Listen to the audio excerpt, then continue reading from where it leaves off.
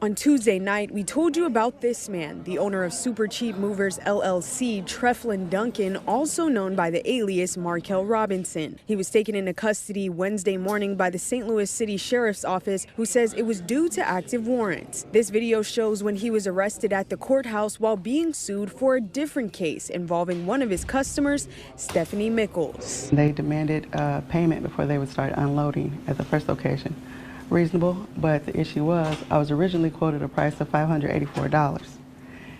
As we are pulling up to my house, the first drop-off location, I get a texted invoice for $980-something. Mickles says she hired Super Cheap Movers on October 3rd. She needed help moving all of the items from her boutique to another location. She agreed to pay $584 total, but as the job continued, her balance nearly doubled. Desperate to get her belongings, she agreed to paying the $823. I called the police, and all of a sudden he and his helper have to go use the bathroom. Mickles says when she tried to pay the balance via the Venmo she sent the deposit, it flagged the charge as a possible scam. Duncan then asked her to send the $800 to a Cash App named Shoe Fetish by Gigi, something she didn't feel comfortable with as the names didn't match. Once the crew knew 911 was called, they went to the bathroom to never be seen again. Duncan told her to work with front office staff on paying the balance. Hey Markel, it's the same guy that was driving the truck the whole time, acting like he was at an office somewhere. Mickles says her boutique merchandise was worth more than the $10 grand she's suing for. Her messages with Duncan show him mocking her attempts to pay and get the items back. She wrote a contract agreeing to pay $1,600. Duncan replied, "LOL, that won't hold in court." She found the company through a Google search that showed that they were highly recommended.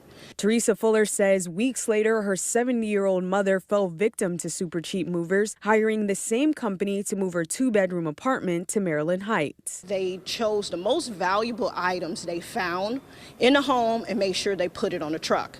Fuller says her mother was originally quoted $135 an hour for 2 hours, but in the middle of the job, she received this receipt saying the move would take 5 hours, and she now owed the company a remaining balance of $791. Then he demanded $867 after he locked the truck. So after in distress, we went ahead and sent the money over. Duncan then arrived to her new home, demanding even more money. When they refused, the crew attempted to drive off with her belongings. Teresa blocking the truck with her own car and calling police. Body camera footage from Maryland Heights police reportedly shows the interaction with Duncan, but court records show they did not address his active warrant issued 2 weeks earlier. Police did confirm they had an encounter with Duncan, but say because he called the police, officers